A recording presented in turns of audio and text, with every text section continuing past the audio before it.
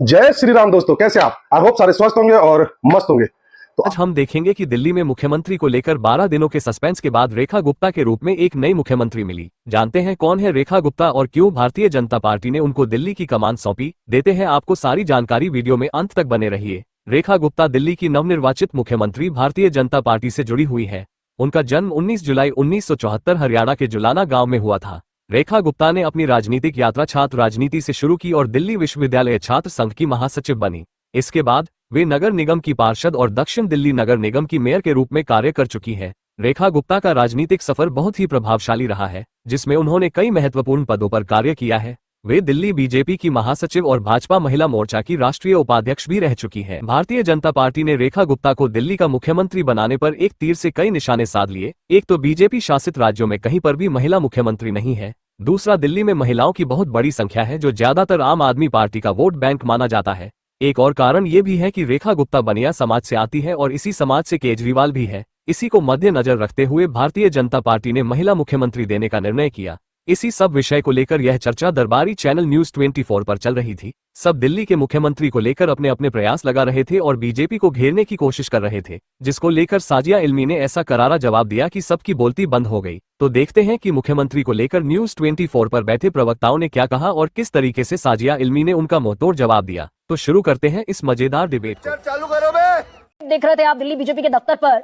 यह दरअसल नया गेट बना है जिस पर लिखवा दिया गया है दिल्ली में भाजपा सरकार। अब शाजिया, कितना और वक्त आप ही से पूछ लेती हूँ, आपसे ज्यादा मुफीद और चेहरा इस वक्त कौन होगा? कितना वक्त और? जी गरिमा जी, पहले अब बिल्कुल बहुत ही जल्दी पता चल जाएगा और मुझे लगता है ये दिल्ली वासियों के लिए बहुत बड़ी खुशखबरी है।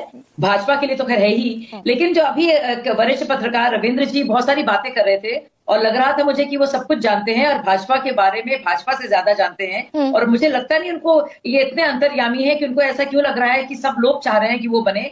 यही तो फर्क है रविंद्र जी। अगर आप थोड़े बहुत जानते हैं राजनीति को तो आप समझते हैं कि असल में यही लोकतंत्र है, चाहे वो भाजपा के अंदर का हो या फिर भाजपा के अंदर का लोकतंत्र जो है किस तरह से देश के लोकतंत्र के लिए कितना जरूरी है। आप देखिए कि कोई भी कार्यकर्ता बन सकता है, कभी भी बन सकता है, श्रम के साथ परिश्रम के साथ बन सकता है। आप किसी और पार्टी में संभव है? आप सोच सकते हैं जहां दिग्विजय सिंह लगातार 3 बार बने मध्य प्रदेश में या अशोक गहलोत बने कई बार, आप सोच सकते थे कोई और नाम हो सकता है। जहां तक आप बात कर रहे थे कि उनका कंपटीशन रहेगा, तो आप यकीन कर सकते हैं क्या कुछ हुआ अशोक गहलोत और सचिन पायलट के बीच में या दिग्विजय सिंह या कमलनाथ के बीच में।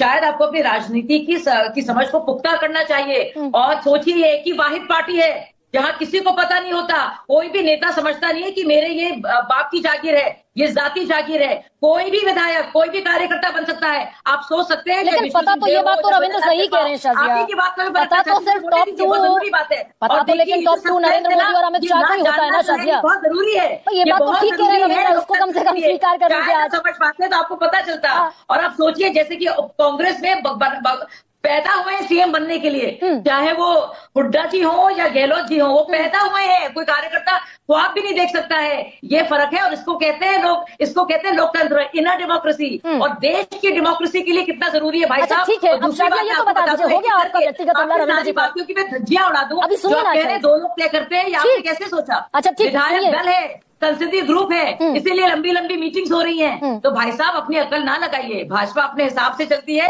पहली ऐसी और अकेली ऐसी पार्टी है, इसीलिए कितना और वक्त अभी माने, अभी 7:20 हुआ है। समझिए, पढ़िए, लिखिए। आप मोनोलॉग शुरू करती है ना, सोच सकते हैं कि किसी भी डिबेट दरअसल डिरेल करता है शाजिया। अरे ये तो मेरे बाप की जागीर है, अब तो मैं बनूंगा ही बनूंगा। तो ये ऐसी पार्टी है, किसी भी पार्टी में आप सोच नहीं सकते हैं ये। और आप बात कर रहे हैं इनर डेमोक्रेसी की। हो गया, आप रिपीट कर रही है भाई। आप जरा सोचिए। आई होप कि आपको डिबेट पसंद आएगी। डिबेट पसंद है लाइक कीजिए, शेयर कीजिए और चैनल पर नहीं तो सब्सक्राइब कीजिए। मिलता हूं फिर किसी नई डिबेट के साथ, तब तक जय श्री राम।